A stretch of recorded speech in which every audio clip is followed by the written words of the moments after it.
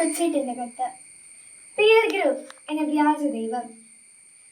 പ്രിയ DCL കൂട്ടുകാരി, ആലുവയിൽ അയൽപ്പക്കത്തുള്ള തന്റെ കൂട്ടുകാരിയുടെ വീട്ടിൽ നിന്ന് പുസ്തകം വാങ്ങാനാണ് 12 വയസ്സുകാരിയായ ആ മകൾ അമ്മയുടെ ഫോണും വാങ്ങി രാത്രി 8:30 കഴിഞ്ഞപ്പോൾ ഒറ്റയ്ക്ക് വീടിന് പുറത്തിറങ്ങിയത്. എന്നാൽ അവൾ കൂട്ടുകാരിയുടെ വീട്ടിലും എത്തിയില്ല, അമ്മയുടെ അരികിലും എത്തിയില്ല. ആദ്യ കയറിയ അമ്മ വിവരം പോലീസിൽ അറിയിക്കുന്നു. സമർത്ഥരായ ആലുവ പോലീസ് കേസ് അന്വേഷിക്കുന്നു.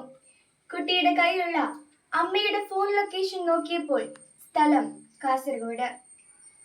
ഒറ്റയ്ക്ക് കുട്ടി ആ സമയം കൊണ്ട് കാസർഗോഡ് എത്തില്ല എന്നറിയാവുന്ന പോലീസിനോട് അമ്മ പറഞ്ഞു.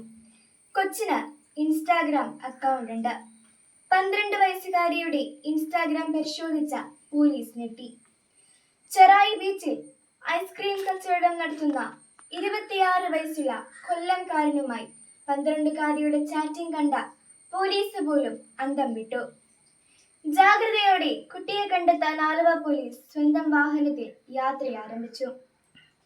ആലുവ, കാസർഗോഡ്, മംഗലാപുരം, ഗോവ വഴി മുംബൈയിലെ ധാരാവിയിൽ, അവിടെ നിന്നും ഡൽഹിക്ക് പോകും വഴി പൂനെ റെയിൽവേ സ്റ്റേഷനിൽ വെച്ച് കൊച്ചിനെയും ബെസ്റ്റിയെയും പോലീസ് പൊക്കി.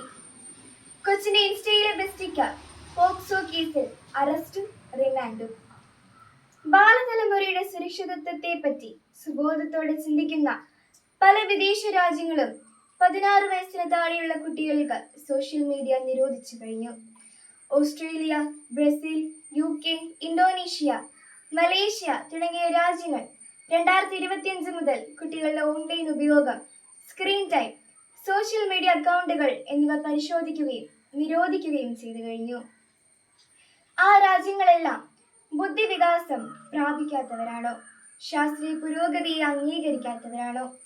അല്ല, പുരോഗതിയുടെയും വികസനത്തിന്റെയും 1-ാം നിരയിലുള്ള രാജ്യങ്ങളാണ് കുട്ടികൾക്ക് സോഷ്യൽ മീഡിയ നിരോധിച്ചത്.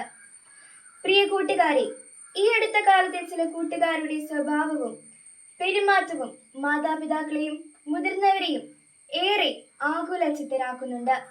ആരാണ് എന്റെ യഥാർത്ഥ കൂട്ടുകാരെന്ന സത്യം വീട്ടിൽ പറയാത്ത കുട്ടികളുടെ എണ്ണം കൂടുകയാണ്.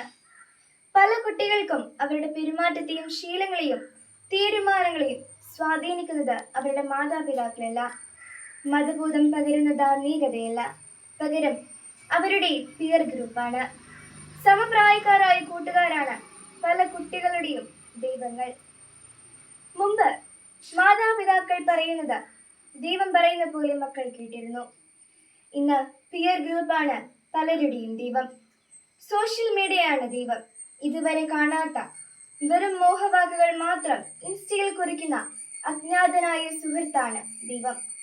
മക്കളെ, കൺമുന്നിൽ കാണുന്ന മാതാപിതാക്കളെയും സഹോദരങ്ങളെയും ഗുരുപൂതരെയും അവഗണിച്ചിട്ട് മറിഞ്ഞിരിക്കുന്ന വ്യാജ സ്നേഹിതരെ വിശ്വസിച്ചാൽ മക്കൾക്ക് വഴിതെറ്റും എന്ന് തീർച്ച.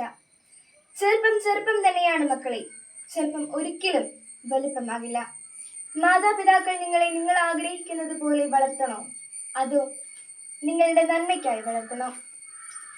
അവരുടെ ജീവിത പാഠങ്ങൾക്ക് ഒരു വിലയുമില്ലേ? തഴച്ചു വളരുന്ന പല ചില്ലകളും പിഴച്ചു വളരുന്നതാണെന്ന് നല്ല കർഷകന് അറിയാം. നല്ല കർഷകൻ ചില്ലകളുടെ ചൊല്ലുകൾക്കനുസരിച്ച് അല്ല പ്രവർത്തിക്കേണ്ടത്. ഫലം കായ്ക്കാത്ത ചില്ലകൾ വെട്ടിദൂരെ എറിയണം. അതുപോലെ മക്കളുടെ പല ചീത്ത ശീലങ്ങളും ഉപേക്ഷിക്കാൻ മാതാപിതാക്കൾ പറയുമ്പോൾ മക്കൾ അവ ഉപേക്ഷിക്കണം. അല്ലാതെ പലപ്പോഴും പിയർ ഗ്രൂപ്പിന്റെ കയ്യടി നോക്കി കുടുംബത്തെ മറക്കുന്നവർ വ്യാജന്മാരുടെ പിന്നാലെ പോയി നിത്യമായ ചതിക്കുഴിയിൽ നിബദിക്കും. കൂട്ടുകാർക്ക് ശരിയായ വഴിയിൽ വളരാനും കുടുംബത്തിന്റെ ഐശ്വര്യമാകാനും ഇടവരട്ടെ. സ്നേഹാശംസകളോടെ സ്വന്തം കൊച്ചേട്ടൻ.